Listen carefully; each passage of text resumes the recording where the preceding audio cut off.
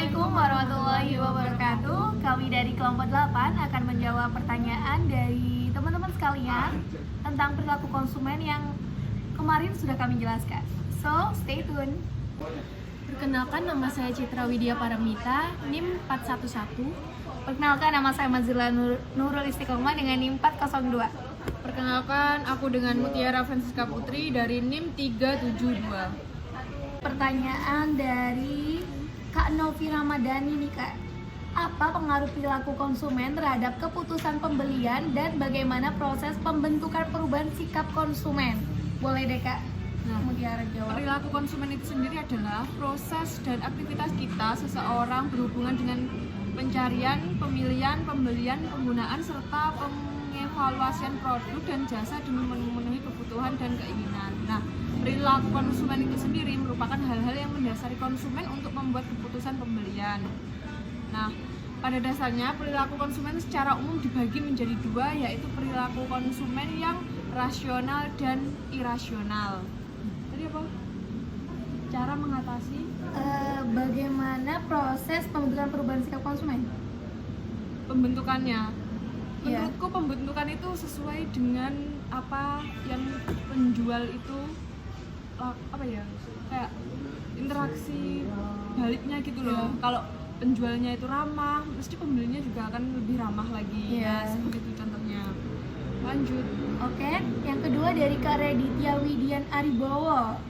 Jika seseorang sudah ketergantungan oleh karakter suka pamer, Ya. apakah ada solusi bagi orang tersebut dan apakah dampak positif dan negatifnya yang akan ia dapat gitu?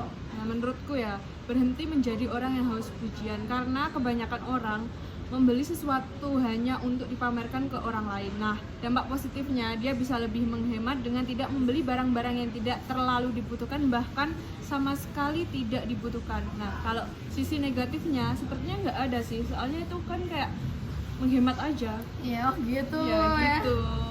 Jadi positifnya itu plus banget. Oke. Lanjut pertanyaan dari Kak Nadia sama Getar. Kebetulan Kak Nadia sama Getar ini sama-sama bertanya tentang bagaimana cara menentukan strategi yang tepat pada konsumen, akan tetapi di sisi lain setiap konsumen memiliki perbedaan karakteristik begitu. Cara menentukan strategi yang tepat.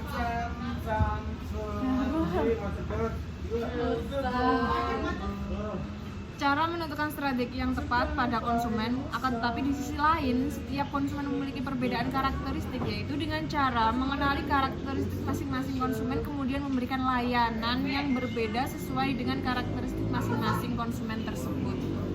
Begitu. Oke Kak Citra, kita mulai dari menjawab soalnya dari Kak Arya ini. Bagaimana cara menahan nafsu agar tetap rasional saat akan membeli suatu produk dan tidak tergiur oleh iklan-iklan yang beredar gitu? Gimana Kak? Baik, saya akan menjawab pertanyaan Mbak Arya ya. Bagaimana cara menahan nafsu agar tetap rasional saat akan membeli suatu produk dan tidak tergiur oleh iklan-iklan yang beredar? Jadi, yang pertama, tentukan anggaran belanja suatu produk seperti mencatat produk-produk pokok yang akan dibeli. Yang kedua, mengendalikan rasa penasaran terhadap suatu produk yang diiklankan. Yang ketiga, skip iklan yang terlihat menggiurkan agar tidak lapar mata. Ya. Dan yang terakhir, mungkin bisa mencari website atau aktivitas yang lebih positif. Begitu ya Kak Arya. Semoga cukup menjawab pertanyaannya. Yang kedua ini dari Kak Lili. Berikan contoh dari setiap indikator di model perilaku konsumen yang digagas oleh Ivan Pavlov. Oke, di sini saya akan menjawab pertanyaan kali ini ya dari kelompok 5. Yang pertama, ada indikator drive.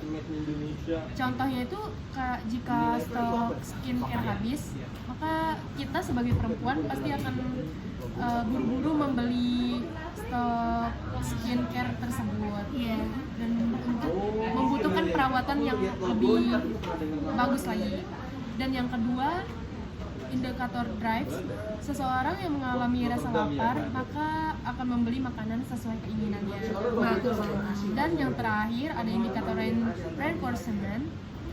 Contohnya kayak seseorang yang terlambat sekolah maka dia akan menggunakan jasa ojek online. begitu.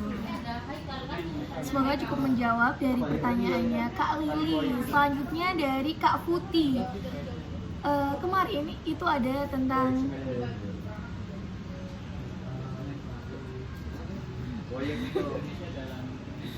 pentingnya perilaku konsumen, yakni pernyataan hanya untuk memenuhi kebutuhan dan permintaan konsumen. Pertanyaannya, hal tersebut bisa menutup dan menghambat adanya inovasi baru. Jelaskan mengapa harus membuat produk hanya untuk memenuhi permintaan saja. Kenapa tidak memperluas inovasi baru agar produk lebih berkembang begitu? Oke, saya akan menjawab pertanyaan Kapti dari kelompok 7. Jadi saya akan menjelaskan secara singkat mengapa harus membuat produk hanya untuk memenuhi permintaan saja. Karena di sini inovasi itu muncul karena adanya permintaan. Ya. Jika tidak ada permintaan, maka inovasi tidak akan muncul dan berkembang sesuai permintaan dari konsumen tersebut. Oh begitu. Oke, selanjutnya dari Kak Ayunda nih. Bagaimana cara mengatasi sifat konsumen yang bersifat irasional, terutama sangat mudah tergoda dengan iklan?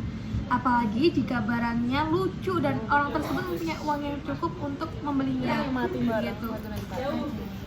Saya akan menjawab pertanyaan dari Kak Ayunda dari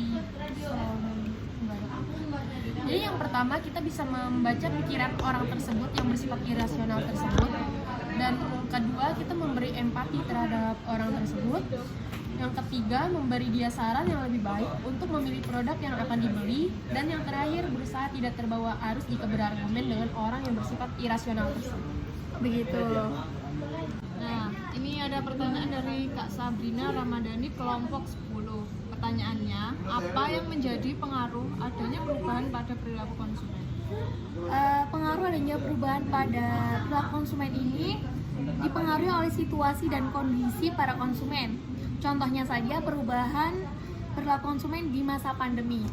Para konsumen ini yang pertama itu lebih berfokus pada produk-produk yang memiliki nilai bagi kehidupannya, jadi yang butuh-butuh saja gitu ya.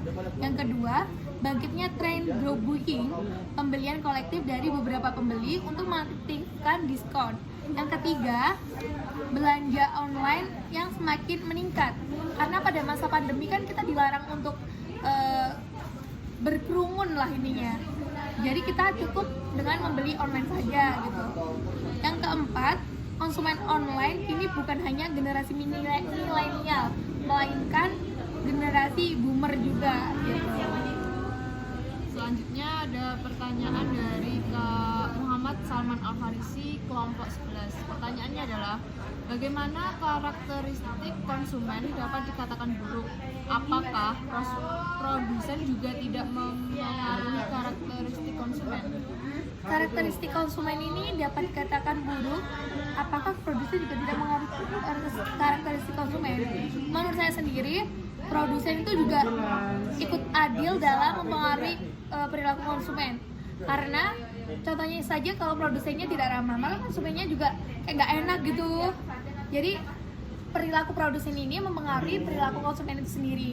Dan karakteristik buruk konsumen itu juga dipengaruhi oleh produsen sendiri. Bisa jadi karakteristik perilaku konsumen itu juga dipengaruhi oleh dirinya sendiri.